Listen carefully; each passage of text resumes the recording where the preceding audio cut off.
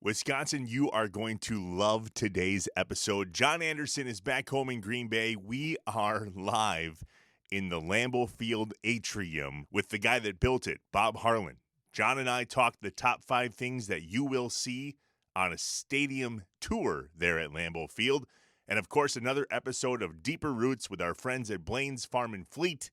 This one's called The Boulder. We head to the Holler House in Milwaukee and check out the oldest sanctioned bowling lanes in the country. Of course, happens to be right here in Wisconsin. An episode like we have never done before. You will love it. Yes, we're biased. I will shut up and sit down myself for this one. Let's go. Shut up and sit down. What's up, Wisconsin, from the Lambeau Field atrium? Dude, this isn't real life. Let's be real. John Anderson, Trevor Thomas. Yeah. What are we doing here? I don't know. We just thought it was about time to do a show together. Yeah, it was good to see you. If we're gonna do that, let's do it from the atrium when we come here, and why not? Because this is Green Bay's communal meeting place. It is. Right? This is where it should be. This is like in Sedona. You know, you have the energy spots. This is what we have here.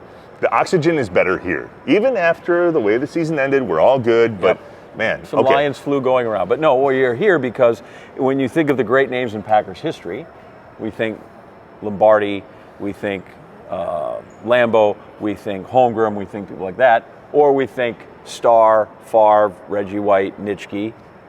I'm not sure we think Bob Harlan, but we should. We need to. This would not be here. Those people after Bob Harlan wouldn't be here.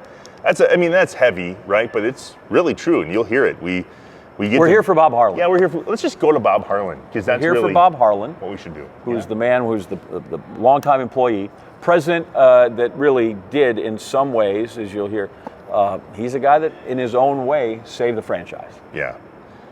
Let's go. Jump into it right away. Bob Harlan on Inside Wisconsin. Inside Wisconsin is brought to you by American Family Insurance, Aaron's Company, Blaine's Farm and Fleet, Capital Credit Union, Festival Foods, Quick Trip, Miller Lite, North Star Mohican Casino Resort, Prevea Health, and the University of Wisconsin-Platteville. Hey, remember to subscribe on YouTube. Leave a review. Smash the like button. Just get with us. There are a number of retired numbers just over your shoulder. Anybody that's a Packers fan could say, this is the house that any one of those guys built. Let's be real, this is the house that Bob Harlan built. Bob Harlan on Inside Wisconsin today. Bob, thanks for joining us here in the atrium that you built. Well, thank you for having me, first of all, and I'm very proud of this atrium, what it's meant to us. You know, Trevor, the thing is about, people forget, but all the Packers do, we make our money in football and we spend our money in football. We don't have that rich owner who can bail us out. And in the late 90s, when we started getting into some deep financial problems, mainly because the new stadiums were being built. Once Camden Yards opened in '92, the stadium popularity just took. Everybody found out, hey, you can build a great retro stadium with private boxes, club seats, red brick buildings. It's great. People love it. So in 1999, 2 of my financial people on my executive committee came to me and said, Bob, as we look at where we're going financially in the future and what player costs are going to do at the same time, in 5 years, we're going to have to borrow $10 million just to fund our operation. We were making $4 million a year at that time, which was a record profit for Green Bay. But we had been 20th in the league in revenue when we won the Super Bowl. Now we were 28th in the late 90s. So we set out to look at stadiums and see what we could do. And as we worked on this stadium and how we could enlarge it, the first thing I told the builders, I said, I want a red brick building, green wrought iron gates. I want it to look like a warehouse, show the history. And the main thing is we got to find a way to keep it open every day of the year. People would come all the time and take tours of this stadium, and then they'd just drive away. Hall of Fame was located 2 blocks away. They'd go to see the Hall of Fame. So I said, I want a building that people are going to come in and stay. And I promised the voters, and I promised the politicians in Madison, I said, if we can get Lambeau Field, if we can save the stadium and keep it open every day of the year, we're going to guarantee that Green Bay can remain a viable part of the National Football League for decades to come. We're going to satisfy the financial needs of this organization completely. We're going to keep a competitive football team on the field, And it's going to bring visitors to Green Bay from literally around the world. And 23 years later, I'm proud to say it's still accomplishing that. Seems like it wouldn't be that hard. We're only asking people for half a penny. Well, John, what was so interesting How hard about was it, that? the State Fiscal Bureau came out. We did not. The State Fiscal Bureau came out and said, this 5% sales tax is going to cost the average Green Bay citizen 13 cents a day or $47 a year. And if you read the newspapers and things, you would have thought we were asking for $10 million a year from everybody. And people just couldn't understand it. First of all, they thought we were rich. You don't need help. You can do it yourselves. No, we couldn't have. We did this for $295 million. And I told the builders, I said, we've got to have a place where we can put, we already had the pro shop. We need a pro shop. We got to start a restaurant. We got to move the Hall of Fame up here where it belongs. And then find a way to keep this building open so people will stay and use it. And so we talked about different things to do, and we went and looked at a lot of different stadiums at the same time. And one of the things we looked at was a Conseco Field House, the home of Indianapolis, that they had it wasn't an atrium like this, but it was a nice glassed-in area. And our architect said, what would you think of something like this? I said, well, if we could put the store and everything into that, I would love it. So that's where the atrium came from. And then we decided we needed another area where you could have the nice big dinners down here, but you needed another area where you could bring in people just to do business seminars and weddings and high school graduations and things. And that's up on the 4th floor. And it just took off financially. We were making $4 million when we moved into the stadium. First year in the stadium, we made $25 million. And it's risen ever since. It's enabled the Packers to do Titletown. It's enabled the Packers to continue to add on to the stadium, to continue to keep it one of the best stadiums in the world. And we're just very proud of it, Frank. So now when people say you're rolling in it, now they're right. Now you got more money than you know what to do with. Well, they'll find a way to spend it. If you look at our salaries, you'll understand that. But no, it's done so. I'll tell you what, I wouldn't be afraid to look one voter in the eye and say, the things I promised you 23 years ago are true today, and they are. How many voters did you look in the eye when you were trying to sell it? Well, I tell you what, we went to Madison 15 times, 15 trips, just to get a bill that could be voted on so we could do the project at all. Mm-hmm. And politicians weren't very happy with us. First of all, they didn't want to deal with another stadium. They just finished doing Miller Park. And they used to say to me, Bob, come back and see us in a year. Let us get stadiums off our docket for a year and forget about it. Well, fortunately, we talked them in and said, we've got to do it now. We're falling so fast. I can't fall all the way to the bottom of the league and then get back up there. So they let us do it. But think of this, John. If they hadn't, if we had waited 1 year, the vote would have been scheduled on September 11. Wow. Well, you don't know, you don't know. On 9/11. Can you imagine people getting up to go vote on a football stadium, turn on the news and see the 2 planes have crashed into a building in New York City? So when we did it, thank God we did it, and thank God it worked out. But it's been a godsend. People say, where would the Packers be today without this stadium? Well, in $4 million, you couldn't keep anybody, you couldn't attract anybody, we wouldn't be here. The Packers could not have moved, but the league might have moved us. The league probably said, if you're going to keep that franchise, you got to at least go to Milwaukee.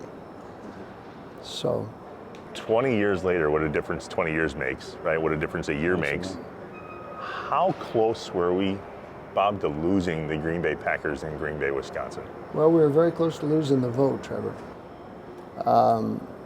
1 week before the vote was on a Tuesday.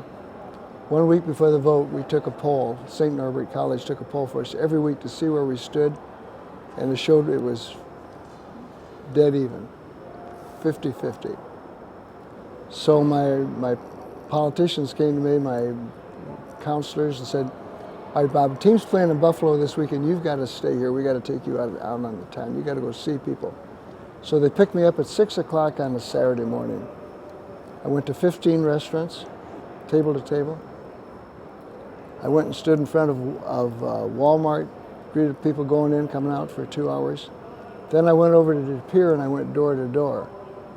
We started at 6 in the morning, we finished probably about 4:30 in the afternoon. I'll never forget, I got in the car and this guy said, "What do you think?" I said, "It's 50-50. It was that tight. I could approach the table and I could say they either were glad to see me or they thought, "Don't you come close to us." They didn't want to see us at all. The night of the vote, we started out in this, the first votes in were cast out in the outer areas. It was strictly a Brown County vote. And it was very bleak. In fact, my wife and I were going to sit home and watch it on television. We both got so upset, I said, "We got to go to the stadium." So we got in the car, drove to the stadium. Everybody sitting around, nobody saying a word. We're all watching it on TV. And then all at once it started to pick up. But when it was over, the vote was 53% to 47%. Now, would that have cost us a team? I don't think it would have immediately. But like I say, there's no way. $4 million a year, when you got a quarterback now making $60 million a year himself, you would have been out of business. So one way or another, we would have been out of Green Bay. These things kind of go hand in glove, right? Nothing's in a vacuum. How fortunate were you that you were winning a lot of football games and had a compelling team? That was huge. If we were going in here after the 70s and 80s, it would have been very tough. Mm-hmm. But we're just coming off one Super Bowl victory, and it carried over. I always used to tell Ron Wolf, "Thank God you're here, and you did this for us," because it just and we lost the next one obviously, but still we were there 2 years in a row. When we were going through I came here in '71. When we were going through the 70s and 80s, fans used to call me and say, "Bob, the Lombardi era, that's the last great era the Green Bay Packers are ever going to have. You're never going to win again. It's over. We're too small. NFL's bypassed us." Once we brought Ron Wolf in fall of '91, those calls stopped immediately. Everybody knew, hey, they do want to win. They're making a big move. And Ron Wolf not only took over this team and made it a winner, but when you think of the moves he made, his first 3 moves were gigantic. Mike Holmgren was the hottest assistant coach in the league, could have gone any place in the league. He came to Green Bay. Mm-hmm. When Ron traded for the #1 draft choice to Atlanta for Brett Favre, fans used to call me and say, "Who the hell did you just hire in, Wolf? And what's this madman doing?" And then he goes out and he gets Reggie White when nobody thought we had a prayer for it. Reggie White's traveling the world. Everybody's blowing up balloons and playing horns and giving him parades. He comes to Green Bay. We took him over to a little restaurant and took him down the stadium. Ron Wolf walked him down the ramp into the stadium and said, "Reggie," said, "look at the names up in this bowl." He says, "You're already a great player in this league, a hero in this league, an all-pro. You can go any place and do that. You come here and you can be a legend." And Reggie himself told me, he said, as I got on the plane to leave Green Bay, I turned to my agent, Jimmy Sexton, and I said, "Don't be surprised if this is where we wind up." So Ron made the big moves. We took off immediately. I mean, I was shocked we could win the Super Bowl in 5 years myself. But Ron Wolf and Mike Holmgren deserve so much credit for turning this franchise. We had 24 years where we had 5 winning seasons, 2 playoff appearances, a fan base that was extremely upset. And now we've had, after those men, 32 years of winning football, 2 quarterbacks. One's in the Hall of Fame, the other one will be there shortly. And it's a different franchise. Some people grew up in that part. Some of us grew up for the 24 years with the two winning seasons when it came. John, I was here. They were not fun, believe me. I tell people all the time, and I don't know if this is going to make the show, but I'm going to indulge my own personal self here. When we look at Favre, and when Favre took over, I have a niece who, when Favre took over, she started kindergarten. And when he left, she was a junior in college. So I went back and looked from the time I was a kindergartner till the time I was a junior at Missouri, and the quarterbacks that were in there, which I think it was 16, including not just who we thought was going to be the hometown hero, Jerry Tagey, but Hadel and Whitehurst and Carlos Brown and Jim Delgazo and Blair Keel started a game and Bobby Douglas started. I mean, you can go on and on and on. Terrible. So every time you see that, I think that's why, and I think that's part of the reason people were so frightened that when Brett left, there were enough of us with that kind of PTSD that was what was going to happen. Oh, exactly. And so nobody was like, Aaron came up against that. It wasn't his fault, but everybody was like, What if this is what we're getting back into? I used to go out on speaking appearances, and I would say, now, Aaron Rodgers is going to be a fine quarterback, but don't expect him to be a Brett Favre. What if he's Randy Wright? And thank God he is. What if he's Rich Campbell? I saw a note on television the other day said during the last 32 years, while the Packers have had 2 quarterbacks, the Chicago Bears have had 36. Yeah. So it shows you what, if you don't have a quarterback now, you're dead. We've been so fortunate. I hope the fans, seems like every fan I talk to, all they know are Favre and Rodgers. They don't remember those lean days. What was it that you saw in Ron Wolf that you decided he needed to be the guy, A, and 2, that you weren't going to meddle with him? Because so many things, that's what spoils it. You have good people, but they get meddled with from above. Well, I'll tell you what, before I was president in 1987, our president was Robert Perrins, Judge Robert Perrins. And I worked for the judge, I was an assistant to him, and he wanted to bring in somebody who would share the football duties with the head coach. Didn't want him to be the general manager really, but 50-50 split. And so as he brought in candidates, he would ask me to go to the airport and pick them up and then take them back to the airport. And I picked up Ron, he came in on a Sunday night about 10 o'clock. And I knew Ron a little bit from league meetings and so forth, knew of his reputation having worked for Al Davis. I thought he's got to be a hard worker and he's got to be very talented, or Al Davis wouldn't have put up with him. So Ron says, boy, Bob, I'm awful hungry. Could we find a place to eat? Well, Sunday night in Green Bay isn't luxury time. So I took him to a Denny's down the street from the stadium, and we sat there for 2 hours having a hamburger, and we talked about how he would scout, how he would build a scouting staff, what he wanted in a coach, how he would do it. And he at the same time asked me questions. How's your board of directors? You look at our organization from the outside with 45 board of directors, it almost frightens you. How's the board work? How's the executive committee work? And I was so impressed with him, and I thought, you know, this man really needs to be kept in mind. Well, the next day, Ron heard it was a 50-50 split, wanted nothing to do with it. Came back in and said, Bob, let's go to the airport. I said, you want to get a bite of food? No, let's go to the airport. He was upset. So I took him to the airport. We didn't talk again. So in the middle of the 91 season, we were just not making progress. And I thought, you know, we can't, we did this in the 70s and 80s. We can't keep doing this. And so I went to our executive committee and I said, I want permission to fire Tom Bratz as our general manager and go after Ron Wolf. And fortunately, they let me do it. And I called Ron. He was out on a scouting appointment with the New York Jets, interestingly enough.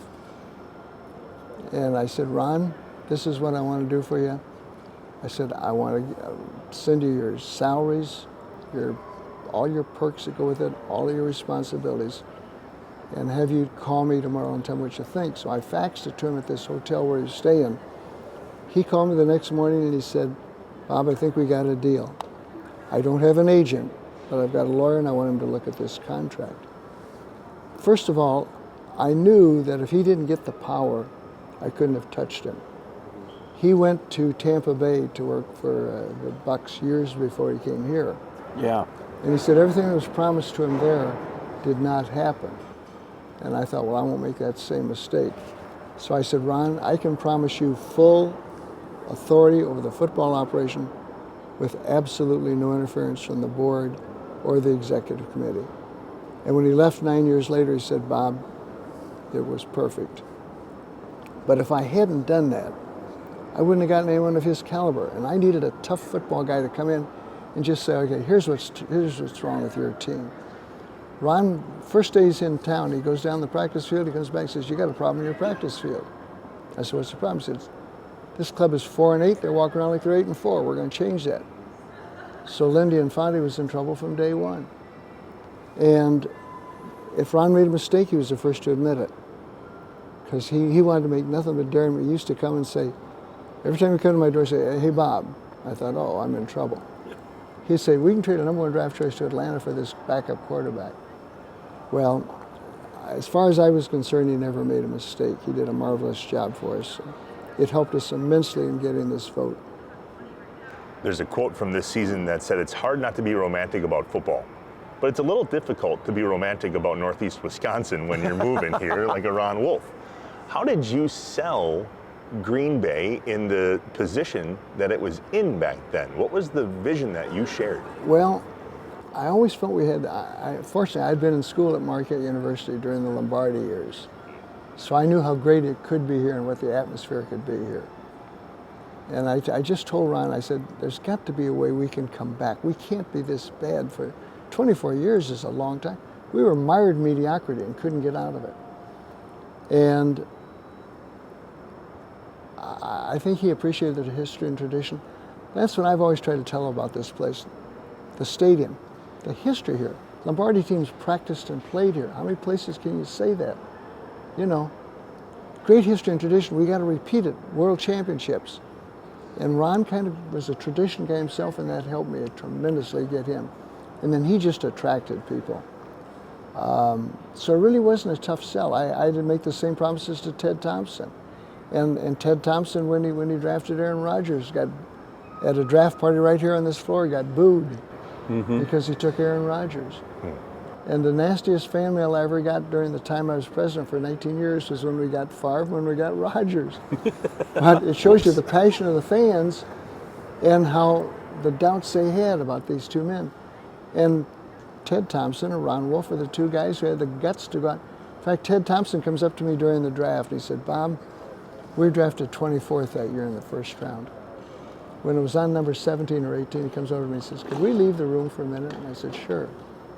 So we got in the hall, he said, Bob, if Rodgers is there at 24, I got to take him because he's number one on our board and I can't pass him up.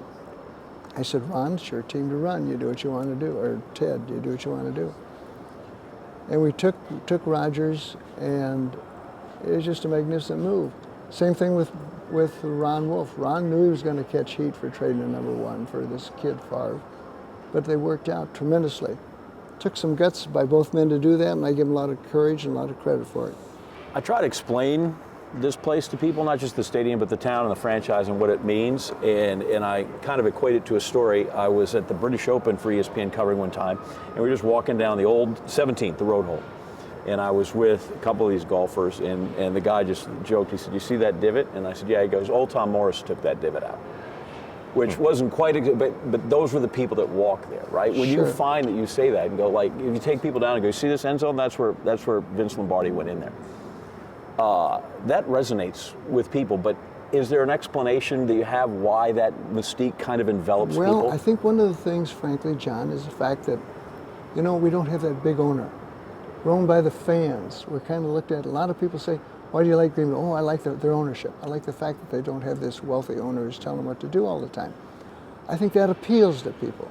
We're the small town. We're the closest thing in the National Football League to a college atmosphere. Most college towns fill up on Wednesday or Thursday. So does Green Bay before a home game. Friday and Saturday in Green Bay are huge days before a home game. And that it's just such a unique situation. A lot of people say, this has been on my bucket list for years. The people who give the tours tell me that people come back for a tour for 5 or 6 times. They're from out of town, they still come back to see this tour. There's just a romance about it. I always tell people this whole story is more like fiction than reality. The small town started by a guy named Curley. The local meatpacking company gave him $500 to go get some uniforms, and every time the team was in trouble, fans would pass a can and collect money and save it. It is a fiction. It's like Hoosiers. It is a fiction story. But the reality of it and the history of it and the tradition of it are enormous. The other night on one of the television broadcasts, the two announcers got to talk about, in fact it was Buck and Troy Aikman, about what a great place for football. And Troy said, I haven't been to all the Major League Baseball parks, but this is a Fenway Park and a Wrigley Field. I used to tell people when we wanted to do the stadium, I said, you know what? There's 4 old stadiums in this world: Fenway Park, Lambeau Field, Yankee Stadium, and Wrigley Field. And now Yankee Stadium has been changed, so it's down to 3.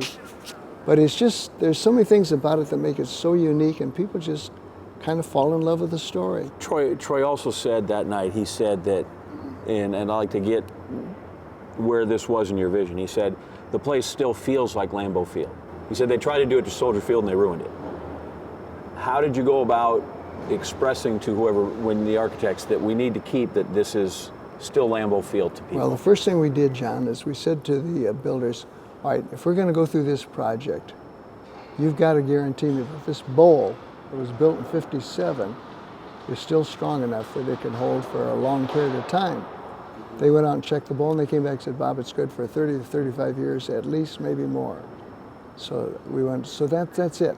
That's the original bowl. It seats 56,000 people.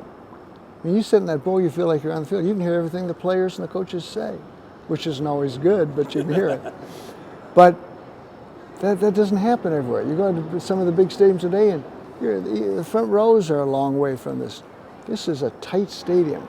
I didn't want to change that. I wanted to keep the history and tradition, as much of it as we could. And fortunately, we were able to do that.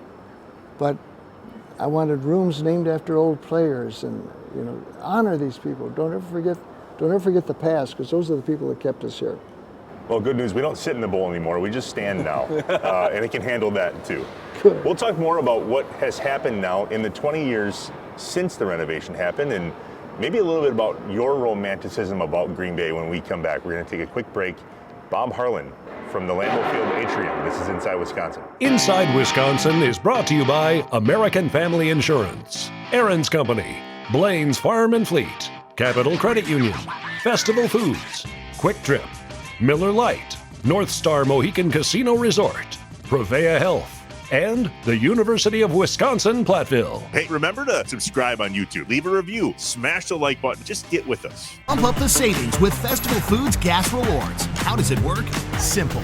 Grab your card in store, register online, get points for every grocery run, then roll up to Quick Trip and watch the prices roll back. Festival Foods Gas Rewards. We're still hanging out in the Lambeau Field Atrium in between segments with the one and only Bob Harlan, an amazing conversation. You'll hear more of it in just a bit. First, This now, is my seat right here, just so you know. I know, I That's sat section there. 101. That's right, you just did. I appreciate All right, it. well, then you don't need the map. Never mind. I knew how to get there.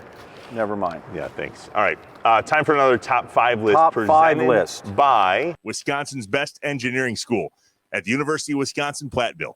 UW-Platteville offers an affordable engineering program, and its graduates stay in Wisconsin, driving innovation at top companies right here at home. Find out more at uwplatt.edu/engineering. So I learned today that Byron of the John Wisconsin fame, Byron Freilich, does these tours. He's a tour guide here. He is.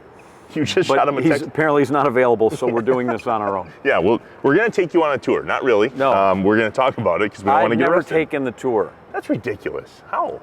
I feel like I know my way around pretty well. Well, and not everybody gets I'm that. I'm well aware of history before 1983. All right, moving on. But Here we you've go. taken the tour. I have. It's been some time. And there are 3 different tours. I stole this from the tour guide place. They said if I don't bring it back, I'm never welcome back. But here, there's 3 tours you can take here at Lambeau Field. The Legendary Tour, the Champions Tour, clearly, and the Classic Tour. Yeah. I thought we would share, since you've never been on it, it's the top 5 places. I asked you the top 5 things you see on the tour.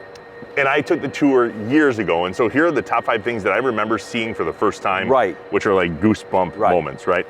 Number 5, I was in the suites for the first time, the luxury boxes, like they used to call them back there. I know you've been in there, and I've been in there since, but there is something about walking into a suite for the first time going, damn.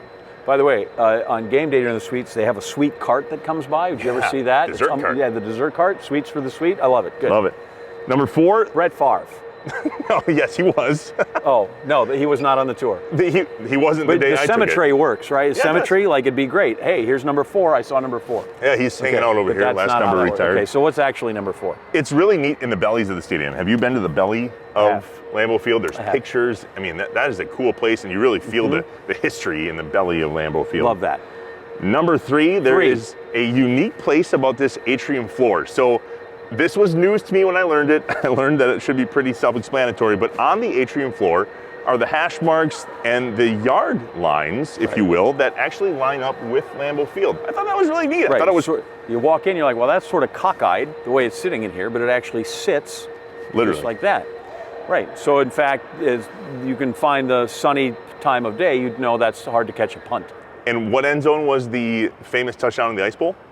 Right down here. And so on the atrium floor, literally here in the Lambeau Field atrium, you can feel where that was. I remember that being pointed out on the tour. All right, that's number 3. Number 2. I don't know that they go here anymore. It appears that they do not. I got to go in the radio booth. And being a young radio person that I was, that kind of lit my fire for this business, that was really neat. They're up there a bit, Larry and Wayne. Sure. Like way up there. Well, you want to be able to see all 22, as the coaches say. But is there not a moment where you really go, okay, we're too high, we can't see anything anymore? Yeah, but that's always for the visiting broadcasters to worry about, not the home broadcasters. And the number one thing that you get to see on a stadium tour, and I've done my homework, the Classic, the Champions, the Legendary Tour. All of them? All of them go through the players' tunnel. And so we had the voice of Lambeau Field, Bill Jart's on, and there is a moment, this would actually be really neat for you to do. You're walking up the tunnel, they hit a button, and they play Jart's voice. Please welcome your 13-time Super Bowl champion Green Bay Packers, and the tunnel door swings open, and there you are on, not on Lambeau Field, but like, tears. It's goosebumps. You cried? I did not. I laughed, I cried. My uncle did. Big old tear coming down his face. That is a legendary thing that you can do on the Legendary Tour, the Champions Tour, and the Classic Tour. Those are the top 5 things that you get to embrace on a tour. You want to take a tour now? No, I still feel like I know where I'm going. Okay. We are back inside Wisconsin. Trevor Thomas, John Anderson in the Lambeau Field atrium with Mr. Bob Harlan. So, Bob, you had to stick your neck out, let's be real, in regards to getting this whole thing done. And you're still here. Why did you care about Green Bay and Wisconsin so much then, and what's maybe kept you here all these years? Well, I kind of fell in love with Green Bay, I guess, when I went to Marquette. I started there in '54. Sounds like a long time ago, doesn't it? And this was just before Lombardi got here. Lombardi got here in '59.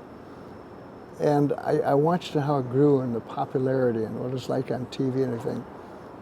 And I just became a huge fan. And so I went to work at Marquette, and I worked there for 5 years, and then I got a chance to go to the Cardinals.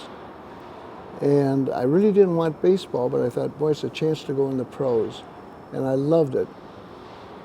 But once Dan Devine got the job here, he called my boss, interestingly enough, Bing Devine, who is not related, and said, I'm looking for someone who can come and do some paperwork for me, watch some things, because I've got both the head coach and general manager's job. So Bing knew I was a Packer fan, and he took me out to dinner that night. And I said, now, Bob, I don't want to lose you. I think he meant that. But if you would like me to put your name in, I'll do it. And I said, Bing, I tell you what, being in baseball is great, but I've got a wife and 3 children. I'm never home. You're at the ballpark all day, you're traveling with the team, you're just never home. I'd like to go take a look at Green Bay. And I came up here and they offered me the job, and I just had to take it. And I loved it even during the 70s and 80s when things were tough. I was proud to be here, proud to be a Green Bay Packer, proud to go out and talk about this franchise and what it meant to the National Football League. And we just never did want to leave. I have a very tough time today, to be honest with you, watching or listening to a Packer game, because I used to get so nervous myself when I was I never spent a fourth quarter on the road in the press box. I just simply got nervous, thought if I go walk someplace, things will get better or they'll stay good. I'd walk the hallways and I could tell by the sound of the crowd whether things are good or bad. And I've kind of kept that habit. I can't get comfortable during a Packer game because I'm so nervous about it. But there were so many things that happened. One time when I was trying to get the stadium, I had a lot of trouble with the finance committee of the National Football League, because they weren't sure what we were going to do with the money we got from the stock sale and everything and things like this. And I said, listen, if you want me to, every penny I get from the stock sale and everything else we do, I will put it into this stadium and we will give an accounting to the commissioner's office. And Dan Rooney, who I respected as much as anybody in the National Football League, stood up and said, listen, Green Bay is very important to the National Football League. I think we better give them our vote. And I got a unanimous vote for it. The other thing that impressed me, one time Lamar Hunt in Kansas City came to town. And Lamar said, would you mind meeting me and just taking me through your tailgates and show me things? And I did. When he got back to Kansas City, he wrote me a handwritten letter. And the last part of it was, I am very proud to be in the same league with the Green Bay Packers. It's a respected franchise. It's a historic franchise. It had to stay a part of the National Football League. That's why fighting for this stadium meant so much to me.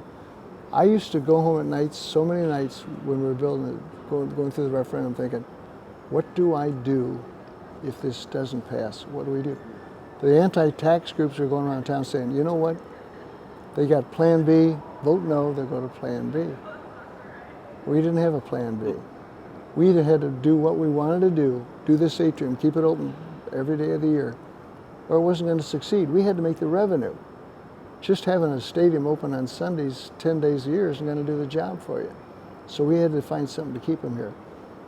And it just, thank God it worked out. So I try to remind people that might not be as old as I am that everybody that wants to criticize the Dan Devine trade for John Hadel, which was a bad trade, but I always go, Dan Devine also brought in Bob Harlan, who's done more for this franchise than anybody that goes through here. This franchise, we all like to talk about how we love everybody. If there's a villain in the history of this franchise, Dan Devine would be the villain, right? Because of this thing. Tell me what I should know about Dan Devine that is not wrapped in the John Hadel trade, which is pretty much what people think about. They forget that he won a title in '72 Well, I'll and tell you other what, things. John, before I came here, I was in St. Louis with the Cardinals. Dan Devine was enormously popular in the state of Missouri. He had a great football team every year. He used to bring recruits into our press box and everybody would be, oh, there's Dan Devine, there's Dan Devine. And so when he called me and asked me to come and be interviewed, I thought, boy, this man's going to be very successful. But I think he had too much responsibility. Going from the college game to the pro game is tough enough. Now you make the move and you're the head coach and the general manager. It's a tough duty. It was too much for him. That's why I felt we had to go for someone like a Ron Wolf. We had to take that pressure off. It was too much for Bart Starr when Bart became the head coach and general manager. Too much for Forrest Gregg. Mike Sherman became a different person when he had both titles. We needed someone to come in here, take that pressure off these people. Don't worry about the draft. I'll take care of it. I'll do this for you. I'll make your trades. I'll do. And that was accomplished. Dan Devine was a fine man and a fine coach. He left here, went to Notre Dame, won a national championship. He proved how good a coach is. He probably wishes he'd stayed at the collegiate level, but that could happen to anybody. But no, I had a lot of respect for Dan, and he was a fine coach. I just always felt he got too much responsibility at the same time and too big a leap at the same time. So that's then, and now fast forward all the way to today.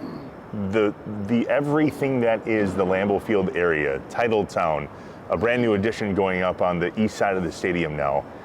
If this project that you spearhead doesn't happen, neither does any of that. So do you see that as all because of what started 20 years ago here with the atrium and the renovation? Well, I hate to say it's all of it, but I think it had a huge, huge part of it. Like I told you, I told the voters, if we can get this stadium, keep it open 24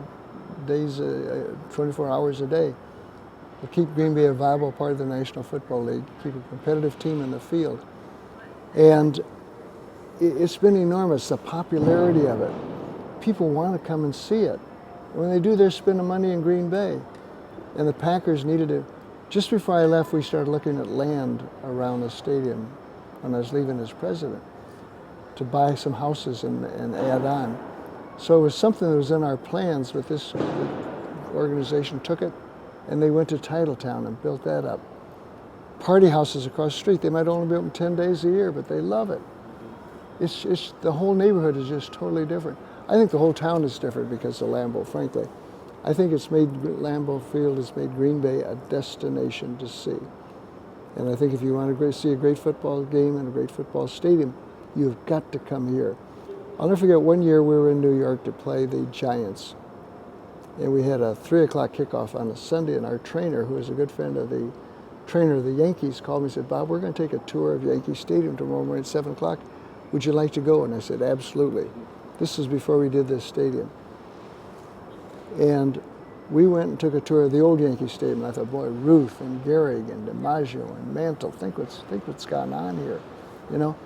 And I said to the group with us, this is what people feel when they come to Lambeau Field. You know, we can't take it for granted. We drive down Lombardi every day and go to Lambeau Field. That's where we work. Go home at night, another day, another job. But this is what people feel, what I felt in Yankee Stadium. I thought, what a great experience. And so when we were doing the same, I knew, you know, we can give the fans the same experience because we've got every bit as good a tradition in football that club has in baseball. And I think it ignited the interest. I think it ignited the building progress. Packers have said that the money they've been able to make off the stadium has helped them finance all of these projects so they don't have to go back in a referendum.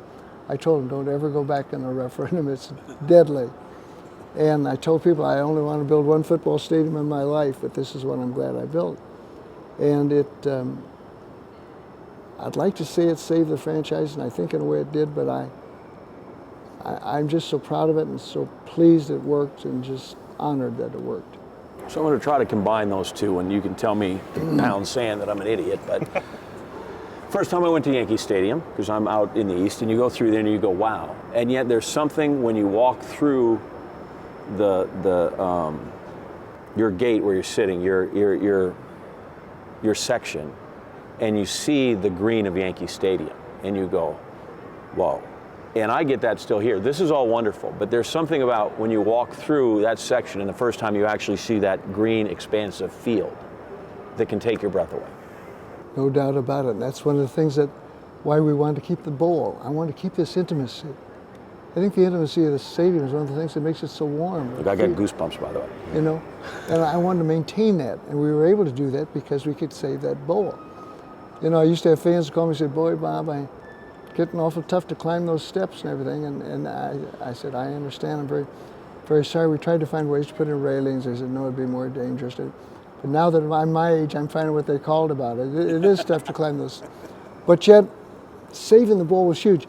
Tell you what, people used to call me when we were going through the referendum and say, Bob, why don't you, instead of doing Lambeau Field, why don't you just go out and buy some land, buy 22,000 parking places, give us a brand new stadium with backs and all the seats and everything. I said, you know, we could do that, but I don't want to. And secondly, I want you to remember one thing, that because of the building codes today compared to 1957, if we would go out and build a new stadium, 20,000 people out of that 56,000 in the bowl would have to move upstairs. Oh, well, then we don't want you to do it. Everybody got, oh, no. Then, so the fans love that. Where else do you walk in, you hear it. There's the college thing, there's the fiction thing, there's just so much that goes with it that makes it a warm story. And there aren't a lot of warm stories left in the world today, and this is one of them. A warm story in Green Bay, which is really rare. You know what I never hear anybody complain about? And I've sat in a bunch of other stadiums and they're lovely chairs. Like nobody complains that we have to sit on a bench, which seems impossible with all the amenities people have. And you know, you sit there in comfort in my couple. I've never had anybody come here or use my tickets and goes, benches? By the end of it, they find that charming.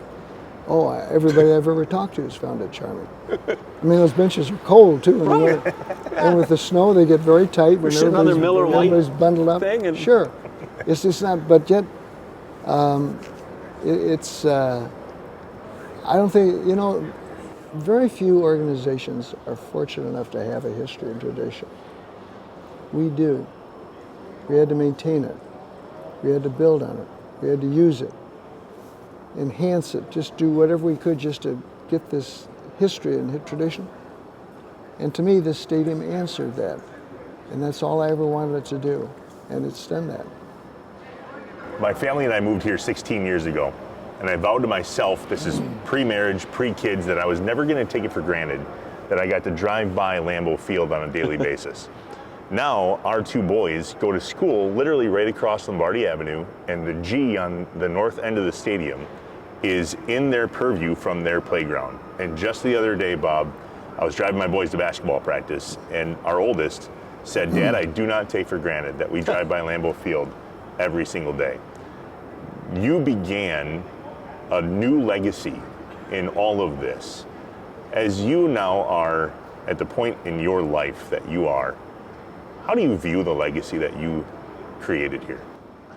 Well, I would like to, if I could go one football, one business. Football-wise, I would have to say that Ron Wolf, to thank Ron Wolf. Because I'll never forget, the day after I fired Tom Bratz, the headline in the Milwaukee newspaper says, Harlan puts his neck on the line. And I probably did. And the columnist came up to me that weekend, we were playing the Vikings, he came up to me at breakfast Sunday morning and said, imagine you're not too happy with what I wrote. And I said, no. I said, I understand. But I said, here's the way I look at it. if I don't do something, am I satisfied in what's gone on here for 24 years at the mediocrity, that we don't care? Or if I try something different, if it doesn't work, it doesn't work. But that never bothered me. I never really thought about that, to the consequences. I thought it's got to be done. I had the guy I wanted, and go get him. So I'd say, because it turned the football program, changed the football program and atmosphere immediately. From the business standpoint, it's got to be the stadium. If I told you the number of times we drove back from Madison or the number of times I drove home at work at night, and I thought we're in trouble. It's just terrible feeling. Something I didn't want to. I mean, I just couldn't imagine what I would do. It's going to happen on my watch, that this stadium bit the dust and we couldn't do it. So it was just so to get it and look back 23 years and see what it's done for those 23 years, how it continues to attract people and improve people, means a great deal to me. There are other things in that legacy, though, that we've kind of not glossed over. Would like to get to. Any reservations, or what was it when you decided, okay, we're gonna have another stock sale? How long did that formulate in your head before you decided to bring that out? That wasn't too tough, John.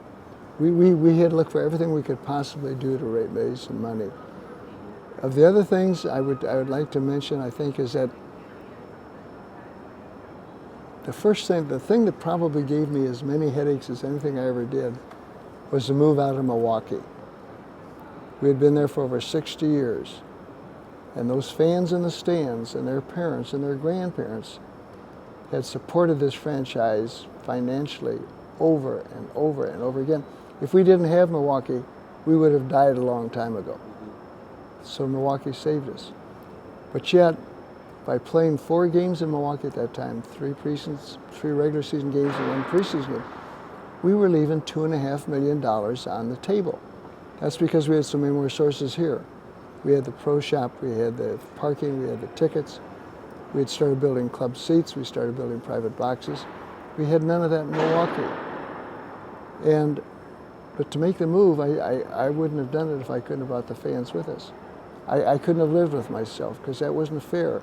I didn't want to just say, thanks for 63 years, we're out of town. But the plan we put together so that Milwaukee would get a ticket package and Green Bay would have a ticket package, I think accomplished maybe 2 things for us.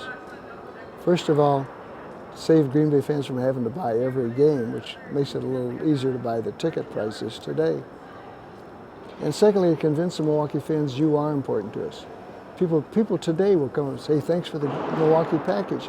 I said, you know what, we would have never made the move if it hadn't been for the fact that we could bring you folks with us.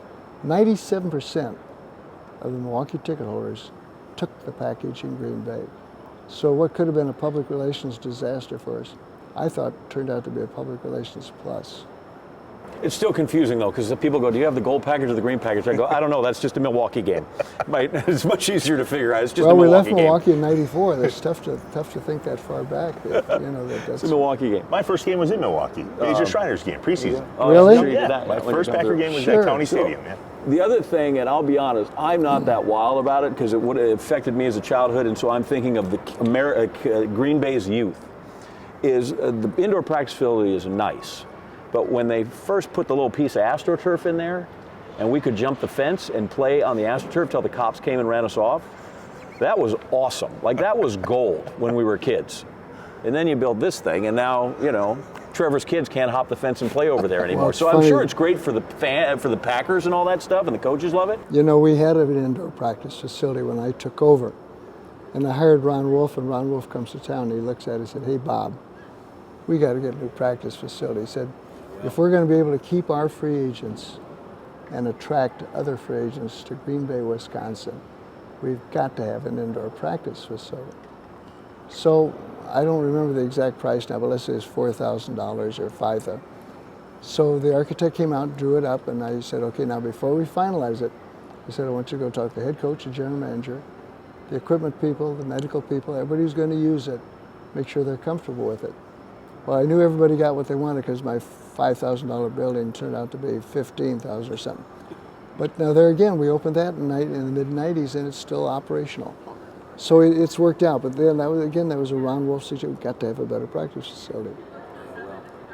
I'll be honest, I was perfectly happy with the swath of AstroTurf they had over I there. It was I would great. have felt the same way, John, if I was a kid. It's fine. To that note, have you gone down Aaron's Hill, Bob? Have you rocked a tube down the hill, the sledding hill? I don't think I could get up Aaron's Hill. No, I have not. I have not. No. I think Titletown's magnificent for the city, great location for the city, and again, like I say, it's a hook onto Lambeau Field, and that adds to the popularity of it too. The hotel over there, look out the windows, there's the stadium. There's so much about this place that attracts it. But no, I haven't tried the sled. And probably never will, Trevor, to be Not honest. skating either? You haven't No, tried? no. Okay. Can I just discourage anybody from skating right Yeah, I now? wouldn't We do won't that. Get into that. Yeah. I missed a sledding opportunity here. You missed it? I couldn't get back to Missouri the day after Thanksgiving because of the snowstorm against the Bucks. So I went to the game, and people were sledding down the aisles. Remember that? Oh, yeah. And I should have done that because I'm like 20. Like, why wouldn't I do that? And I didn't. But I should have. That could have been the sledding experience that I should have had. That would have been awesome. But I didn't do it. And it's so great because I still work with Steve Young, and that was his second start in the NFL. And he's with Tampa, and he's like, "What the hell did I get my? I need to go take that USFL check again, and give this up." But that was his second start. Wearing all white for the Bucks, and they were just God, that was a miserable. miserable day. Miserable day. Incredible. I have one last question. You bet. You're here in 70, and there were lean years. My guess is you had other opportunities to go work for other franchises. How come you didn't? Well, I had a college opportunity and a couple of pro. My family was very happy in Green Bay.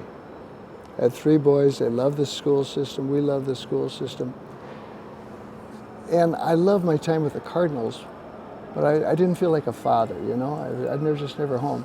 Here I was, and that just meant so much to me, and I thought, I don't want to, I had a chance to leave after 1 year here and go, and I said, no, my family's settled, I'm going to stay right here.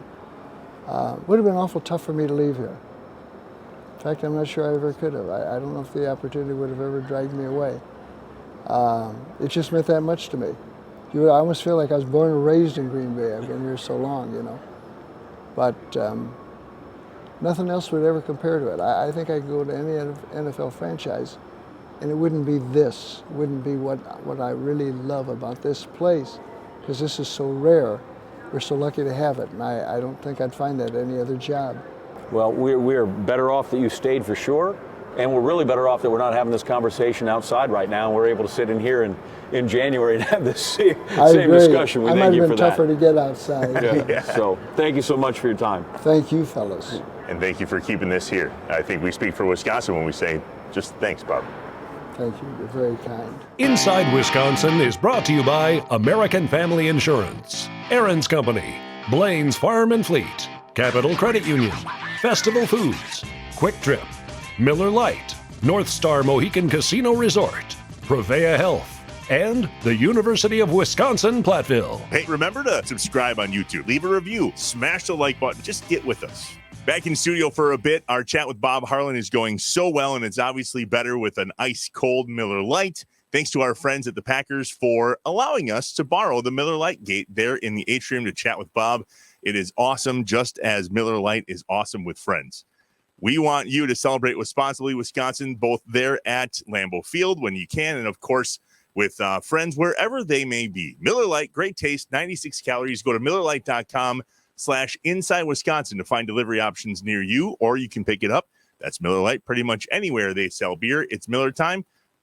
J.A., where'd you find it today? Right here in your studio. Got it. Thanks. Celebrate responsibly. Miller Brewing Company, Milwaukee, Wisconsin, 96 calories. And 3.2 carbs per 12 ounces. Where's mine? Here we go. I like it. Yes. That is a sound that never gets old.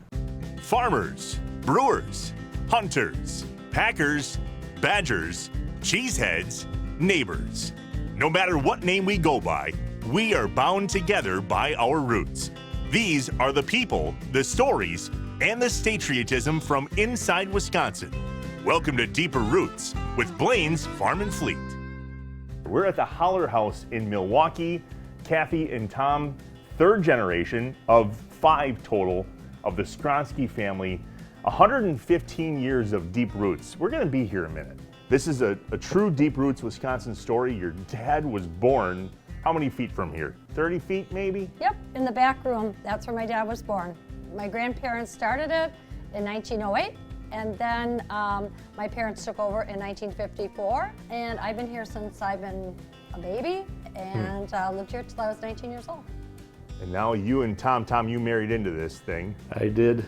You sound so excited about that. You sound tired, Most Tom. I am.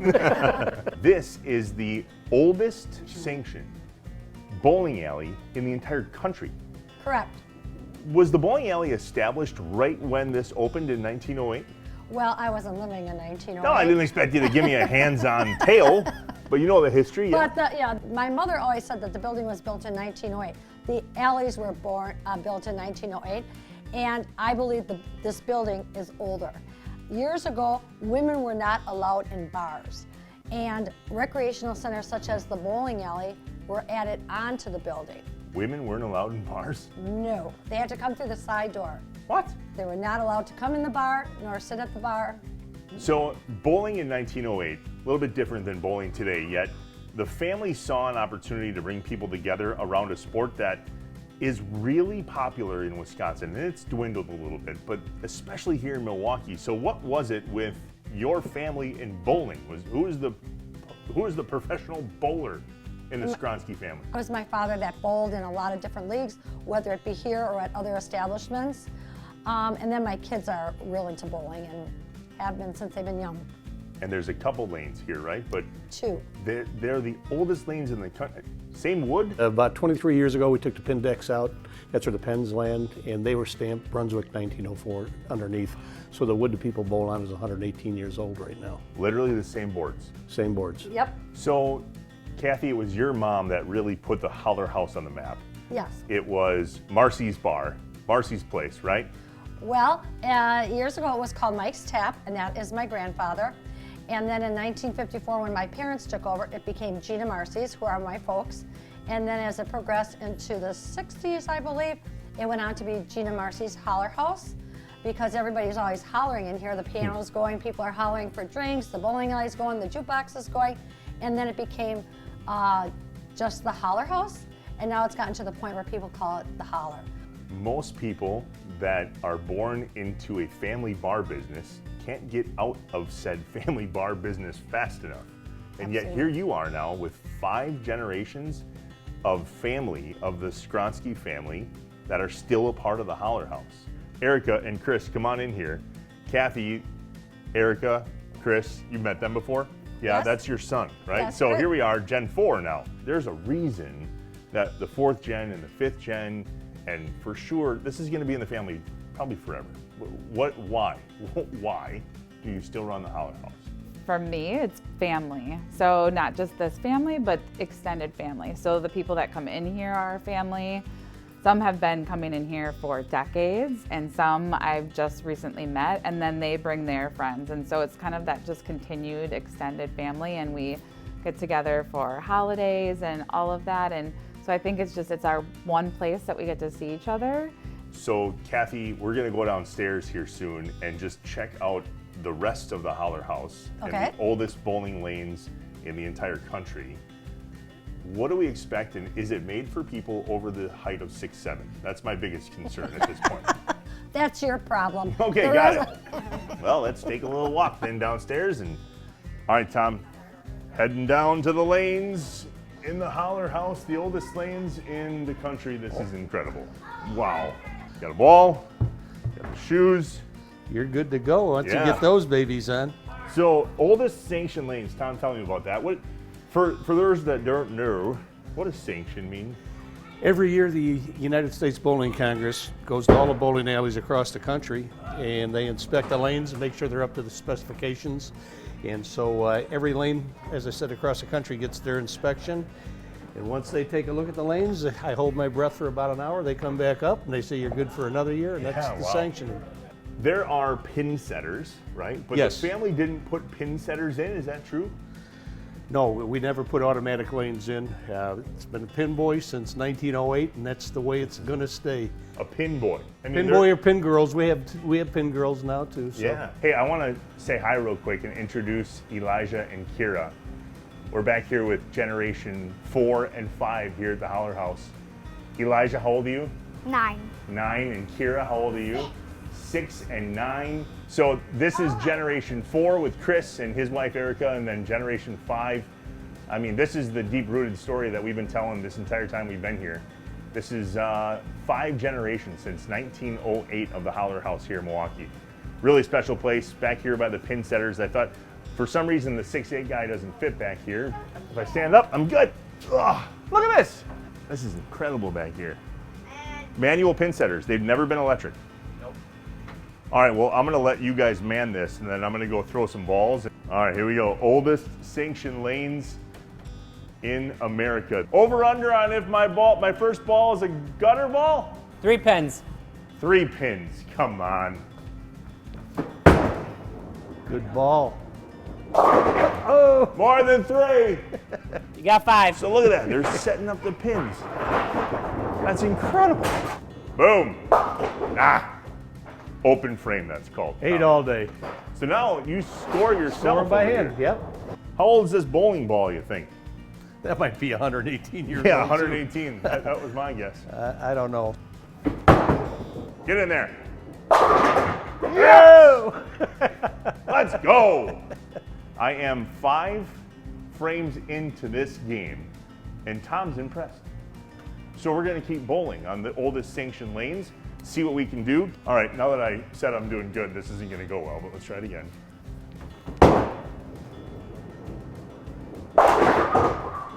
Tom, there seems to be an issue with the right side of the bowling alley. You're going to want to look at that after we leave. I will. How many 300s have been bowled on the oldest sanctioned lanes in the country? 3. 3. I'll take it. An old alley ball? That'd be cool. That's going to be cool. Yes. All right, we're in the 10th, everybody. 145, I'll have to say that was pretty impressive for a first time here. Thank you very much. Kathy, it was a pleasure meeting you and your family and Tom, and all 5 generations are in the Holler House as we speak. This is a special place. Keep it going, yeah? Oh, thank you so much. We Yeah. are very, very proud. It's a treasure and we love it. 115th year next year. Okay. Yeah, pretty special. Well, thanks again for having us down. It's Aw, been a pleasure thank to you. tell your story. Thank you. It was Thank you wonderful guys very having much. you. Cheers. For a little hole in the wall, we love it. All right, we won't go off about that because I totally want to go off about that, but I won't. They Do can't they get not know how to get in their own bar? I'm pretty So- sure these shoes came with the lanes. Tom, Wouldn't surprise me. are you not concerned about your feet down there? Whoop. I just oped at the oldest bowling alley. Is this place haunted? No. If you want it to be, I can make it haunted. Hey, Kira, Elijah, I'm coming back here in 20 years when you're running the place, okay? How old is he? Your shirt's on backwards, by the way. I put it on there purposely so you could see the Holler House. Dummy. Dummy.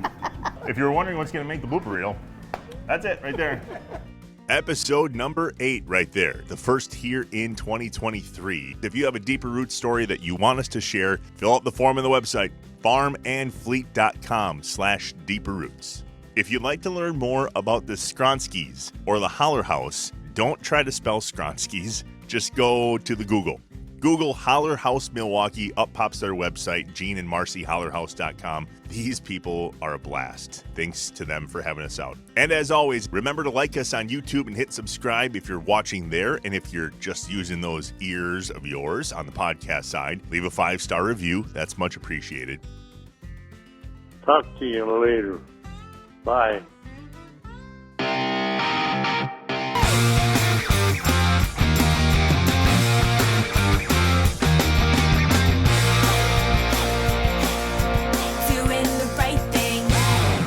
That was cool. Yeah, I don't know that there's much to say. The man is eloquent. You can see how he got things done. Yeah. He is, just the demeanor he has, the vision, the approach, and making people that way, the personality to get all those things done. And he is as I'll say it as I did at the Open. He's as significant to the history of this franchise as anybody who called a play or ran a play. Wes Hodkiewicz, Packers.com, friend of the program, stopped by and said, if you meet Bob Harlan once, you feel like you've known him a decade. And that's certainly how it felt for you and I today. We both got to meet him. And we hope that's how it felt for you, too. I mean, this was an authentic conversation with a guy that really cares deeply about the Green Bay Packers and about Northeast Wisconsin. Hey, man, good to see you. Yeah, hope mom's okay, which brought us here, but that's all right. We're good to be here, always good to be home. As I was driving up from Chicago, I thought, I'm going to take a picture of Barn or the Leinenkugel sign on the side of the building as you go through Milwaukee and just go, hey, I'm here. But it's crazy, man. I crossed the border and I'm like, I feel like I'm home. These are my people. We're home. Well, it's good to have you home. All right, lots more to come. 2023, brand new year, and clearly we're doing some things bigger and better than we have in the past. For John, I am Trevor, as you were, Wisconsin. We'll see you next time.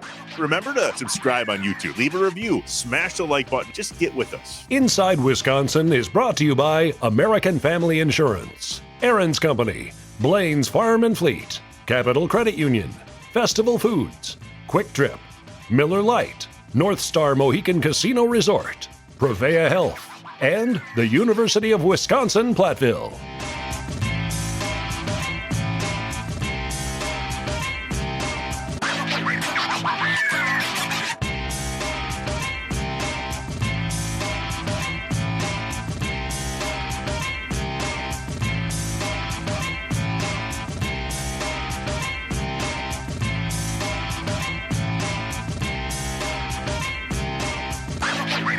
Shut up and sit down.